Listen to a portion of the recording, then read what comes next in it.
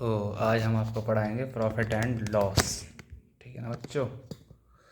Camera set कर लूँ क्योंकि वीडियो एडिट करूँगा ना तो बहुत टाइम लगता है फिर एडिट होने में, सेव होने में उसको 2-3 घंटे लग जाते हैं, इसलिए मैं डायरेक्ट डालता हूँ वीडियो। अब एडिट नहीं करता मैं। ठीक है, तो आज मैं आपको प्रॉफिट एंड लॉस पढ़ाऊँगा। तो शुरू करते हैं पहले क्वेश्चन से। क्वेश्चन नहीं, पहले समझा दूँ बेसिक। ठीक है, प्रॉफिट एंड लॉस। ठीक है, तो आपने नाम सुना होगा क्रय मूल्य। तो क्रय मूल्य का मतलब ये होता है लागत मूल्य। ठीक, ये दोनों एक ही नाम है और इंग्लिश में क्या कहेंगे इसको? Cost price. ठीक है, ये है कॉस्ट प्राइस। और इसका शॉर्ट फॉर्म क्या रहे? यहाँ से हम सी उठाएंगे, यहाँ से हम पी उठाएंगे, तो सी पी। अगर हम कहीं लिख दें सी पी तो इसका मतलब होगा क्रय मूल्य, लागत मूल्य, कॉस्ट प्राइस। सी पी का मीन होगा ये। ठीक है, मतलब होगा। अब वो बताए दूसरा, आपने नाम सुना होगा विक्रय मूल्य। ठीक, इसका इंग्लिश नेम क्या है? Selling price. ठीक है, इसे बोलते हैं एस पी शॉर्ट फॉर्म में। ठीक है, ये सी पी है, एस पी। एक होता है लाभ। लाभ को कहते हैं प्रॉफिट।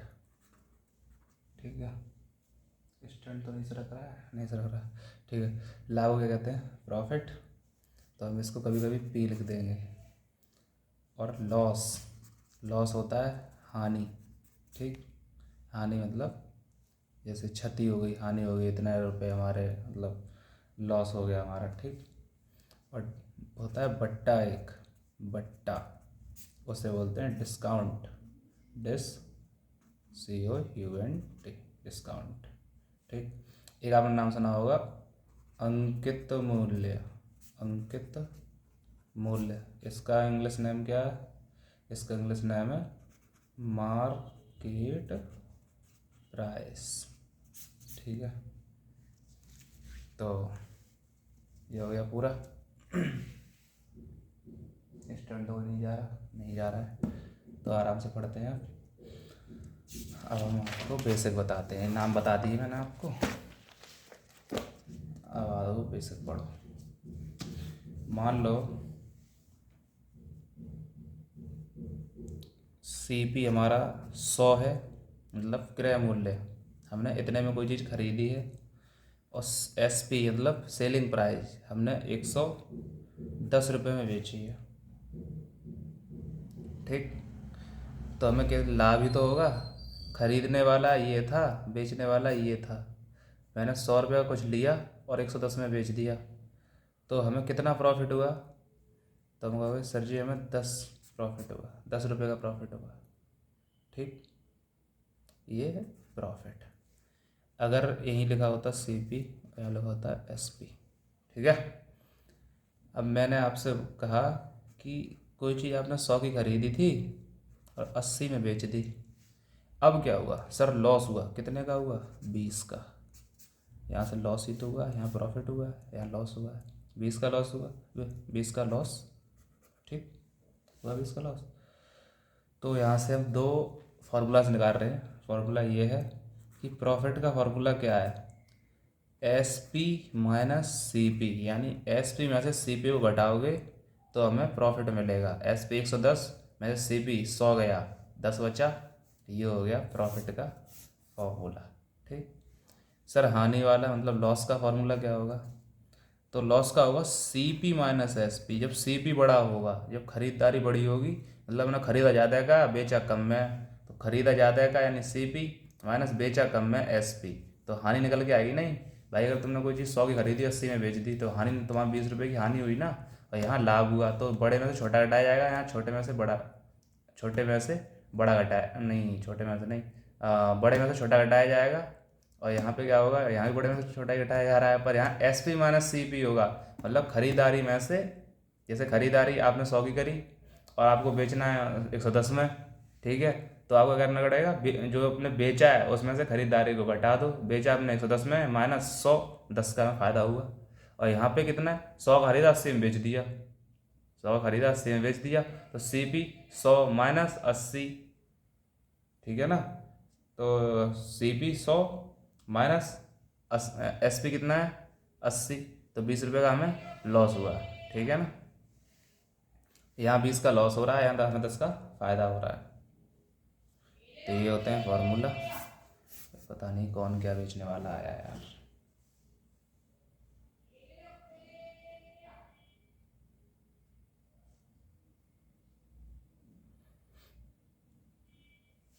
चला गया, नहीं चला गया अभी, ठीक है। तो मैं आपको एक एग्जांपल देता हूँ, उसके थ्रू समझाने की कोशिश करता हूँ प्रॉफिट एंड लॉस को, ठीक है। मान लो आपने 12,000 रुपये की टीवी खरीदी, ठीक, खरीदी, और 3,000 रुपये में उसको रिपेयर कराया,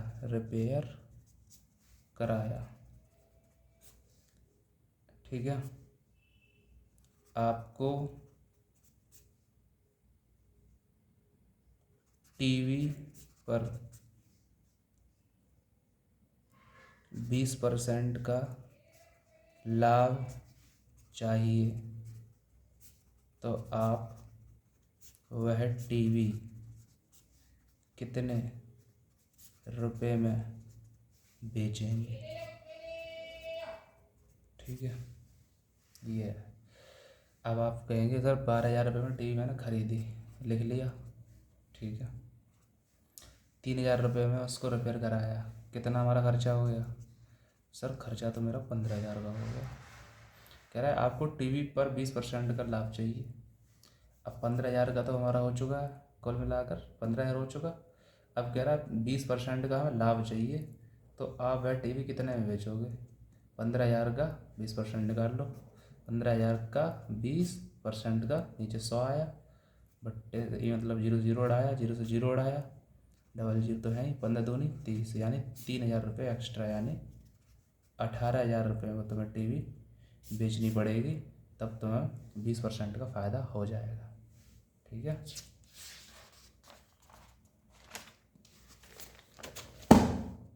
ऐसे मान लो तो मैं बताऊँगा,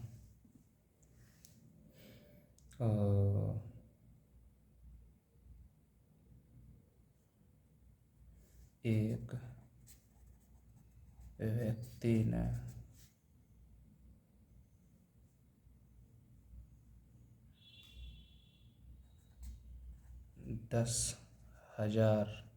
10,000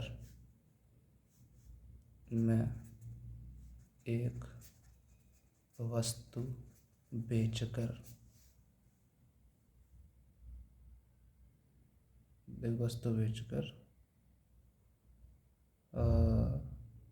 20% का लाभ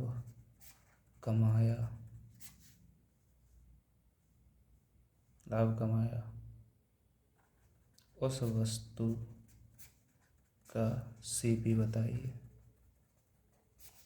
ठीक है।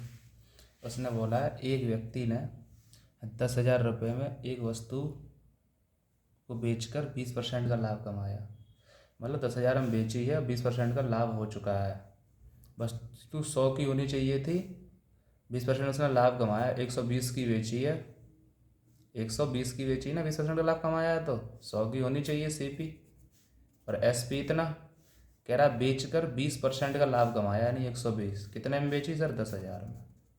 10,000 मान हो गया इसका, जीरो से जीरो काटोगे, 12 से 1,000 को काट दोगे, 1,000 बट्टे 12, इसको काट दो, इसको काटोगे इंटू, अब तो बताना कितना है, सी पी बताना है, तो सी पी का इंटू 100, ऐसे काटो, 2 से काटो तो 5 10, डबल जीरो तो 6 12 इंटू 100, इसको काट दो फिर 250/3 इंटू 100, अभी कटेगा नहीं, तो 25/3, इसको काट दोगे आंसर आ जाएगा, जैसे 3 8 24, और एक इधर आया, 3 3 9, तीन त्रिका नौ, तीन त्रिका नौ, ऐसे ये आ जाएगा। यानी ये हमारा CP था, ये निकलवाया था।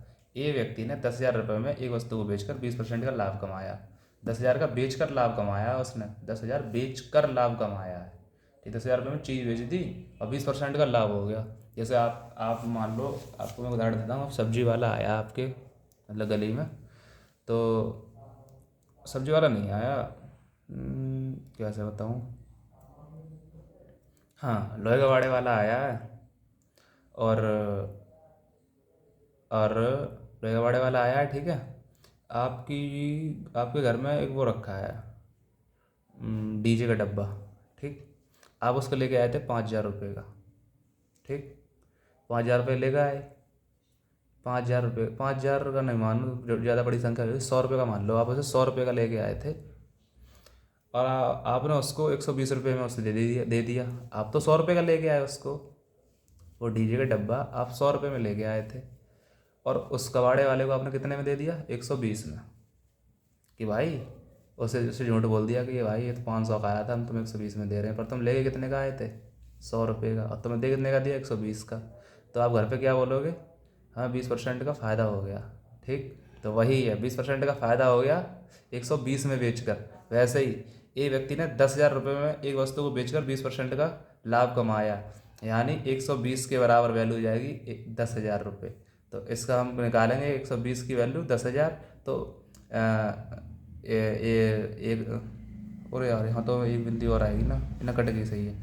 तो मैंने 120 के बराबर लिख दिया 10,000, तो एक से एक बिंदी कट गई, तो 1,000 बट्टे 12 इंटू, फिर हमें CP निकालना है, मतलब हमने खरीदी वास्तव में दुकान से डब्बा कितने में खरीदा था, हमने 100 रुपये में खरीदा था, तो इंटू 100 और लगाया, आंसर आ गया। ठीक है ना। और कोई एग्जाम्पल दूँ? चलो फिर आपको क्वेश्चन ही कराते हैं सीधा फिर, ठीक है। तो क्वेश्चन हमारे किधर है, इधर है ना, ये लिख के लेके आया हूँ मैं। कह रहा है यदि किसी वस्तु का विक्रय मूल्य उसकी लागत मूल्य का 1/2/5 है, तो परसेंट लाभ बताइए। तो कह रहा है यदि किसी वस्तु का विक्रय मूल्य मतलब SP, उसकी लागत मूल्य यानी CP, लागत मूल्य का गुणा का हो गया, ठीक है। यदि किसी वस्तु का विक्रय मूल्य उसकी लागत मूल्य का 1/2/5 1/2/5 है, तो परसेंट लाभ बताइए। तो SP = CP इंटू 5 × 5 6 7/5 हुआ ना, हुआ? ठीक है सर, हुआ। फिर क्या करेंगे इसके आगे, अब ये 5 यहाँ उठ के आ जाएगा नहीं आ जाएगा, तो ये गुणा में, ये भाग में गुणा में आ जाएगा। 5 SP = 7 CP, ये 7 है, ये गुणा में रख गया, ठीक। इसके बाद क्या करेंगे, अब ये नहीं है कि SP बराबर 5 लिख दोगे, SP के सामने 7 है, तो SP के सामने 7, CP के सामने कितना है, 5 है, तो 5, ठीक। CP हो गया 5 हमारा, और SP हो गया 7, SP 7 CP 5, ये अदल बदल हो जाते हैं, ठीक है, तुम्हारी भाषा में। SP का मान हो जाएगा 7 और CP का मान हो जाएगा 5, ठीक है। कैसे हो जाएगा, चलो बता ही देते हैं, जगह नहीं बचेगी। चलो कोई देखो, यहाँ देख लो, 5 SP = 7 CP, ये लिखा था ना, तो SP का SP लिखा, ये बट्टे में आ जाएगा, CP बट्टे में लिख लिया, इजगल टू, ये 7 तो वहीं था, ये वाला गुणा में भाग में आ जाएगा, आगे भाग में। तो SP की वैल्यू 7 हुई, यहाँ SP का मैंने 7 लिखा, CP की वैल्यू 5 हुई, CP का मैंने 5 लिखा, ठीक है। अब कह रहा है तो लाभ परसेंट बताइए। भाई मैं CP मतलब खरीदना, SP मतलब बेचना, मैंने 5 में खरीदी 7 में बेच दी, 2 का लाभ हुआ। कितने में खरीदी थी, 5 में, 5 में खरीदी, जितने में खरीदा वो नीचे, CP हमेशा नीचे आता है, लिख लिया। जितने में खरीदी, 5 में खरीदी, कितना लाभ हुआ सर, 2 का लाभ हुआ, 7 का बेची थी ना, तो 2 का लाभ हुआ, इंटू परसेंटेज बताइए, परसेंट में 100 कर देते हैं, 5 दूनी 10, 2 दूनी 4, 40% का हमें प्रॉफिट हो गया, ठीक, लाभ हो गया। हुआ क्वेश्चन। अगला देखो, यदि 4 कुर्सियों की लागत मूल्य, यदि 4 कुर्सियों की लागत मूल्य 3 कुर्सियों के बिक्री मूल्य के बराबर है। 4 कुर्सियों का लागत मूल्य सर CP, 3 कुर्सियों की बिक्री मूल्य सर SP, ठीक, के बराबर है, बराबर लिख दिया मैंने। यदि 4 कुर्सियों का लागत मूल्य मतलब CP, 3 कुर्सियों के बिक्री मूल्य यानी SP के बराबर है, तो लाभ हानि बताओ कितना होगा। तो सर CP लिखा,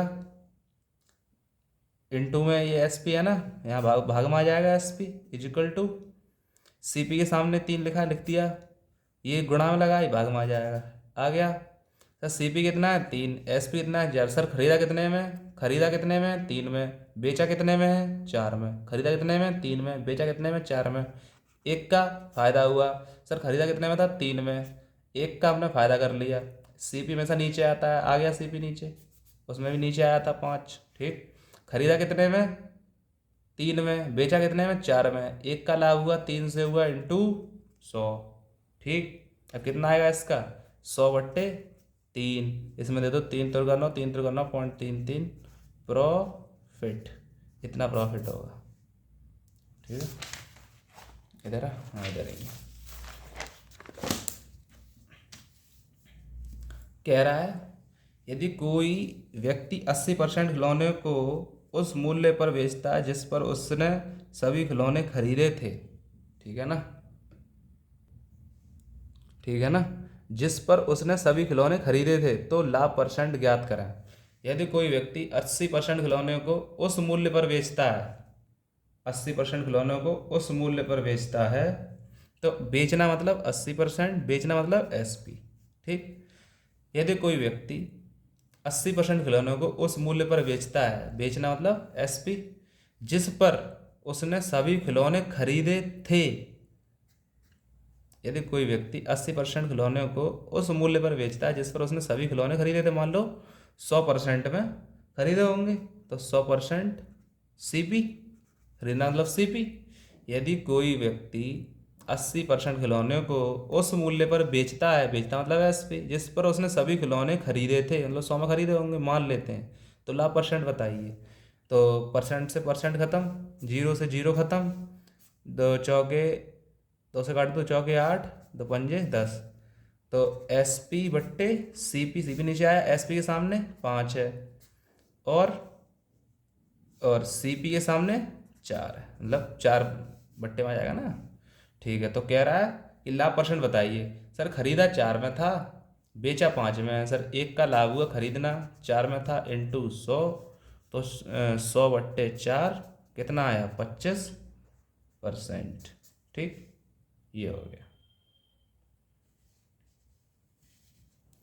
कह रहा है अगला सवाल, यदि किसी वस्तु पर मिलने वाला लाभ विक्रय मूल्य का 1/5 है, विक्रय मूल्य का 1/5 है, तो लाभ परसेंट की गणना करें। विक्रय मूल्य का 1/5 बोल रहा है, ठीक है, विक्रय मूल्य का 1/5, 1/5 लिखोगे, कह रहा है विक्रय मूल्य का 1/5, तो जो SP हो गया, ये SP हो गया ना, ये कह रहा है यदि किसी वस्तु पर मिलने वाला लाभ विक्रय मूल्य का, अब CP नहीं है, क्रय मूल्य का 1/5 नहीं बोल रहा है, विक्रय मूल्य का 1/5, तो 5 SP हो गया, और ये कितना है, ये हमें प्रॉफिट हो रहा है, ठीक। तो हमें लिखेंगे CP और SP, CP SP लिख ली। तो कह रहा है यदि किसी वस्तु पर मिलने वाला लाभ विक्रय मूल्य का 1/5 है, तो CP कितना हुआ 4, और ये जाएगा 5, ठीक। कितना लाभ है सर 1, किससे लाभ है सर 4 से, इंटू 100, तो 100/4 = 25%, इसका भी आया, ठीक है ना। तो फिर अगला करते हैं, ठीक है, ये हो गया। ये क्वेश्चन देखना, सही आ रही वीडियो। 600 रुपये में किसी वस्तु को बेचने पर एक दुकानदार को 20% का लाभ होता है, ठीक। समझो, 600 रुपये में किसी वस्तु को बेचने पर एक दुकानदार को 20% का लाभ होता है, यानी 20% किसे कहते हैं, 20% का लाभ होता है यानी 120, 120 का मान दिया हुआ है ये, ठीक है ना। 600 रुपये में किसी वस्तु को बेचने पर एक दुकानदार को 20% का लाभ होता है। 120 की वैल्यू कितनी हो गई? 600। इसे काट लो, 12×5 = 60, एक का मान हो गया 5। सर CP फिर क्या रहा होगा? CP 100 होता है, तो एक का मान 5 है तो 100 का मान 500 हुआ। हुआ 20। अब यहाँ से पढ़ो, 20% की हानि के लिए 20% का हमें घाटा चाहिए, उसे उस वस्तु को किस मूल्य पर बेचना चाहिए। अब 500 में 20% का घाटा लगा दो, 20% का घाटा लगा दो, लो ये करा ये करा, कितना आया? 5 दूनी 10, 100 घाटा कर दियो, 400 में बेचनी पड़ेगी वस्तु, ठीक है। आ गया आंसर। इसमें क्या क्वेश्चन कुछ था? कुछ नहीं था। दोबारा पढ़ो। मान लो 600 रुपये में आपके पास कोई डीजे का डब्बा है या कुछ भी है, 600 रुपये में बेचने पर आप उसको 600 रुपये में बेच रहे हैं और 20% का आपको फ़ायदा हो रहा है। 20% का फ़ायदा हो रहा है, यानी आप इतने का तो लाए नहीं होंगे। अगर आपको फ़ायदा हो रहा है 20 का, तो आप इतने में नहीं लाए होंगे। तो लाए कितने में? सर 500 में। 500 निकल के आया था ना। अगर 500 का 20% निकालोगे तो 100 आता है, और 100 लाभ करोगे तो 600 हुआ, वही लिखा है 600। तो 600 रुपये में किसी वस्तु को बेचने पर आपने वो 600 में बेच दिया है। लाए थे आप 500 का, तभी तो 500 निकला था। 600 रुपये में किसी वस्तु को बेचने पर एक दुकानदार को 20% का लाभ होता है। तो 20% का लाभ होता है, तो यानी आपने कहा 20% का लाभ होता है, नहीं 100 तो होती है कोई चीज़, तो मैं लाभ कर दिया 120। अब इसको तुम 600 के बराबर हो गया तो काटोगे इसको, 12×5 = 60, एक का मान 5 तो 100 का मान 500, यानी हम 500 रुपये में वो चीज़ लेके आए थे। अब 20% की हानि के लिए उसे उस वस्तु को किस मूल्य पर बेचना चाहिए। अब 500 का मतलब गुणा 20% में 100 नीचे आया, इसका कितना निकलेगा? 100। तो 500 में 100 घटाओगे 400, ठीक है। अब देख लो अगला क्वेश्चन। अगला क्वेश्चन आ भैया, देखो, एक व्यक्ति ने एक वस्तु को 18% की हानि पर बेचा। 18% की हानि पर बेचा। यदि वह उसे 960 रुपये अधिक में बेचता तो उसे 12% का लाभ होता। 18 और 12 को जोड़ लो, हुआ 30। कितने में ज़्यादा बेचता? 960 अधिक में बेचता। इससे इसे काट दो, 3 3 का 9, 3 दूनी 6, 32। तो कह रहा है उससे 12% का लाभ होता यदि वस्तु, अब 32 आ गया तो 32 और 100, एक का मान है ये, तो 100 का मान 3200, ठीक। 3200 हो गया। दिया कितना? 3840। यदि वस्तु 3840 में बेची जाती तो लाभ बताइए। था सामान इतने का और 3840 में बेच रहा है, अब लाभ बता दो उसे। कितना बड़ा सर यहाँ तक? 0 4 4 8 में 2 या 6, 640 बड़ा। कितने से बड़ा? 3200 से बड़ा, इंटू 100% में चाहिए ना, 0 से 0 ख़त्म, 0 से 0 ख़त्म, 32 दूनी 64। सर 20% का लाभ हुआ। समझ गए?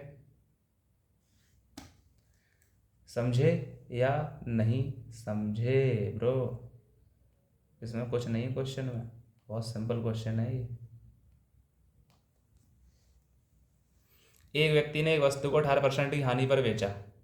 18% लिख लिया। यदि वह इसे 960 रुपये अधिक में बेचता तो उसे 12% का लाभ होता। दोनों जोड़ लिए, 18 और 12, 30 हुआ। 960 लिख लिया, इसके सामने बराबर कर दिया, काटा, एक का मान निकल के आया, एक का मान मतलब 0 0 कटा, और 3 से 100 काटोगे तो एक का मान 32, तो 100 का मान कितना? 3200 हुआ। अब 3200 में मतलब खरीद है कोई चीज़ की, और 3840 में बेच रहा है, तो कितने का लाभ हुआ? 640 का। कितने से हुआ? 3200 से, इंटू 100, परसेंट के लिए लिखते हैं, 20% आ गया, ठीक है। अगला क्वेश्चन है ये, आदित्य 48 दर्जन अंडे 25 रुपये प्रति दर्जन की दर से, 25 ही है, 25 रुपये प्रति दर्जन की दर से खरीदता है। उसने 30 दर्जन अंडे 40% लाभ पर, 30 दर्जन अंडे 40% लाभ पर, शेष शेष कितना बचा? 48 थे टोटल, 30 40 के लाभ पर, शेष दर्जन अंडे 20% की हानि पर। शेष कितने हैं? 30 दर्जन अंडे तो बेच दिए उसने 40 के लाभ पर, शेष कितने बचे? 18 दर्जन अंडे, शेष दर्जन अंडे को 20% की हानि पर, 20% की हानि पर बेच दिया उसने। ठीक, इसको काट लो। तो 3 एकम 3 ना, 30 6 से काट लो, 6 पंजे 30 और 6 तियो 18। ठीक, इसका इसमें गुणा करो, 5 चौक 20, 200% और 3 दूनी 6 माइनस 60%।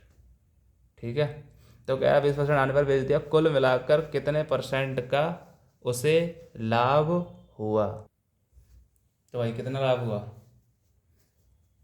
200% प्लस में इधर और 60 माइनस में, तो 200, ठीक, माइनस 60। ठीक, अब क्वांटिटी कितनी थी? 5 और 3 8, कितना आया? 140 बट्टे में 8। इसको काट दो, जितने से कट रहा है, कितने से कट रहा है भाई? 4 से काट दो पहले, 4 तियो 12, 4 पंजे 20 और 4 दूनी 8, यानी 17.5% का लाभ हुआ उसे। ठीक है, इधर है, इधर ही है। एक विक्रेता ने 63,000 में 6 सिलाई मशीन बेची। ठीक, 63,000 में 6 सिलाई मशीन बेची और उसे 5% का लाभ हुआ, यानी 100 से 105। इसको काट लो, 5 दूनी 10, 5 दूनी 10, 5 एकम 5, 20 से 21। ये विक्रेता ने 63,000 में 6 सिलाई मशीन बेची और उसे 5% का लाभ हुआ, यानी 63,000। 21 की वैल्यू है 21 तियो 63, यानी 1 की वैल्यू 3,000 रुपये।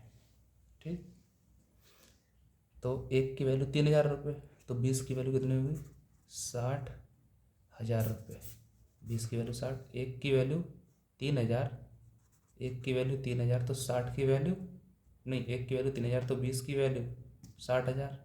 ठीक है, तो कह रहा है यदि वह 15% का लाभ अर्जित करना चाहता हो, यानी 6 सिलाई मशीन थी 63,000 में, 63,000 में 6 सिलाई मशीन जब थी जब उसने 5% का फ़ायदा कर लिया था, यानी 3,000 का फ़ायदा कर लिया था उसने। और टोटल वैसे अगर वो फ़ायदा ना करता तो मशीन उसकी 60,000 की थी जो निकल के आया है। ठीक, क्रय मूल्य 60,000।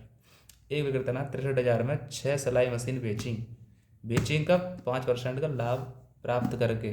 तो 20 की थी, 21 में बेची, 21 का मान 63,000, तो 20 का मान 60,000, यानी 60,000 की वो मशीन थी पर उसने 21,000 की बेची थी, यानी 3,000 रुपये एक्स्ट्रा करके, क्योंकि यहाँ 5% का लाभ कमा रहा था वो। अगर लाभ ना कमाता तो 60,000 की थी। कितनी मशीन है? 6 मशीन है, तो एक मशीन कितने की हुई सर? 10,000 की। 6 मशीन 60,000 की, तो एक मशीन 10,000 की। अब कह रहा है इस पर अगर 15% का लाभ अर्जित करना चाहता है, 10,000 का अगर तुम 15% निकालोगे तो कितना निकल गया? 1,500। 1,500 आया, इसमें जोड़ दो अब। तो एक का 10,000 में 1,500 जोड़ोगे तो कितना आएगा? 10,000 में 1,500 जोड़ दो, 00511, यानी 11500, इतना आया। तो एक मशीन पे इतना हो रहा है उसे लाभ। ठीक, तो कह रहा है 8 मशीनें कितने में बेचनी चाहिए। तो एक कितने में, तो 8 कितने में, 8 का गुणा कर दो, 8 पंजे 40 की आंसर लगा 4, 8 एक 8 4 12 आंसर लगा 1, 8 एक 8 और 1 9, सर 92,000 आंसर है। ठीक है, दोबारा समझ लेना, वीडियो देख के मैं दोबारा बता नहीं सकता, तुम दोबारा बैक कर सकते हो वीडियो, इसलिए 72 वस्तुओं को बेचने पर 8 वस्तुओं के विक्रय मूल्य के बराबर हानि हुई। हानि का सूत्र क्या होता है सर? CP माइनस SP होता है क्या, कि SP माइनस, हाँ CP माइनस SP होता है। हानि बराबर CP माइनस SP। ठीक, तो यहाँ लिख लो, हानि बराबर CP माइनस SP, लिख लिया। कह रहा 72 वस्तुओं को बेचने पर क्या कर रहा है वो? बेच रहा है। 8 वस्तुओं के विक्रय मूल्य के बराबर हानि हुई। कितनी हानि हुई? 8 वस्तुओं के वस्तुओं के विक्रय मूल्य के बराबर हानि हुई। कितनी? 8 वस्तुओं के। तो 8 बेच रहा है ना, 8 वस्तुओं के विक्रय मूल्य SP। 8 विक्रय मूल्य बराबर हानि हुई, तो हानि की तरफ ले लिया 8 SP इजिकल टू कितनी वस्तुएं? 72 वस्तुओं को बेचना, 72 वस्तुओं को खरीदने पर। 72 वस्तुएं CP माइनस 72 वस्तुएं SP। ठीक। 72 वस्तुएं तो वही खरीद रहा है, बेच रहा है। कह रहा है 72 वस्तुओं को बेचने पर 8 वस्तुओं के विक्रय मूल्य SP के बराबर हानि हुई। हानि तो लिख लिया, हानि का सूत्र होता है CP माइनस SP, शुरू में बताया था, तो लिख लिया ये। अब ये 72 SP इधर है, 8 SP इधर है। 72 अगर इधर आएगा प्लस में हो जाएगा, 80 SP हो जाएगा, और ये 72 CP। तो SP और ये CP इधर लिखा है, ये बट्टे में आ जाएगा गुणा से। ये 72 लिखा रहने दो, ये 80 गुणा में लिखा है, बट्टे में आ जाएगा इधर। ठीक। अब इसको काट लो, 8 धाम 80, 8 नाम 72। ठीक। खरीद रहा है भाई 10 में, बेच रहा है 9 में। कितना हानि हो रहा है सर? 1 की हानि हो रही है। खरीद रहा है 10 में कोई चीज़, बेच रहा है 9 में। कितने की हानि हो रही है सर? 1 की। कितने से हो रही है? 10 से, इंटू 100। 100/10 यानी 10% आंसर। ठीक। वीडियो को पीछे करना, समझ लेना। किधर है भाई? इधर है सवाल। खत्म हो गया सवाल? अभी तो कराया ही था। खत्म हो गया सवाल। ठीक है भाई, तो आज के लिए इतना ही। और हमारा प्रॉफिट एंड लॉस से ख़त्म तो नहीं हुआ, ख़त्म तो 4-5 क्लासों में होगा, बहुत बड़ी बड़ी में। पर मैं आपको उस पर्पज़ से नहीं पढ़ा रहा हूँ कि आपको गणितज्ञ बनाना हो, या आपको बहुत तगड़ा पेपर निकलवाना हो कोई से CDS वगैरह का। नहीं, ये क्लास उनके लिए है जो बच्चे 12वीं से निकले हैं और ये देखना चाह रहे हैं कि भाई मैथ होता क्या है, मैं किसका कोर्स ख़रीदूँ, क्या पढ़ूँ, कैसे पढ़ूँ, यूट्यूब से पढ़ूँ, ऑफलाइन पढ़ूँ, कैसे पढ़ूँ, मुझे समझ में नहीं आता मैथ। तो भाई यूट्यूब पे कोई भी मास्टर इतनी बारीकी से नहीं पढ़ाता है। वो भाई डिजिटल बोर्ड के सामने आएगा, 1-2 एग्जाम्पल देगा, उसके बाद सीधा क्वेश्चन कराएगा, तुम्हारे ऊपर से निकल जाएगा। पर मैं शुरू के 15-20 मिनट तक समझाता हूँ कि भाई ये ऐसे होता है, बेसिक वगैरह सब बताता हूँ, और बेसिक ही क्वेश्चन कराता हूँ। प्रॉफिट एंड लॉस के तुमने क्वेश्चन देखे नहीं बच्चे अभी। अगर देखोगे ना तो यहाँ से शुरू होगा और यहाँ ख़त्म होगा। इतना बड़ा क्वेश्चन है, फिर सॉल्व कहाँ होगा? इसलिए हम ये मत समझो कि प्रॉफिट एंड लॉस पूरा ख़त्म हो गया। मैं जो भी चैप्टर करा रहा हूँ ये मत समझना कि मेरा ख़त्म हो गया, ये ऐसा नहीं है। ये सिर्फ मैं इसलिए करा रहा हूँ आपको कि आपकी पकड़ बन जाए, आपको डर ना लगे कि हाँ मैं ये चीज़ नहीं आती है। आप कम से कम आधा क्वेश्चन तो सॉल्व कर पाएँ, और फिर आप हमसे पढ़ लो ये सब, उसके बाद आप किसी से, किसी का ऑनलाइन बैच या कुछ भी, या आगे चल के मैं ही निकालूंगा या किसी और का भी, आप लेके और फिर तसल्ली से पढ़ना। जब तुम वो बैच पढ़ोगे ना तो तुम्हें ऐसा लगेगा कि हाँ ये चीज़ भाई वो सर जी पहले ही पढ़ा चुके हैं, ये चीज़ उन्होंने बताई थी। तो आपको रिकॉल होंगी चीज़ें और आपको जल्दी जल्दी समझ में आएगा। इसलिए मैं आपको ये सब पढ़ा रहा हूँ। और अगर आप डायरेक्टली 12वीं से निकले और आपने बैच खरीद लिया या डायरेक्ट यूट्यूब से पढ़ने लग गए, तो भाई मैं गारंटी देता हूँ 1 साल तक आपको मैथ समझ में नहीं आएगा, बिल्कुल भी रत्ती भर। और अगर आपने ये मेरी प्लेलिस्ट कर ली पूरी, मैं डेली एक चैप्टर ख़त्म करता हूँ, अगर ये आपने पूरी प्लेलिस्ट मेरी कर ली 30 दिन तक लगातार, फिर आप कोई सा भी बैच खरीदना, मात्र 5-6 महीने के अंदर आपको मैथ समझ में आने लग जाएगा। ठीक है, तो राधे राधे, चलते हैं।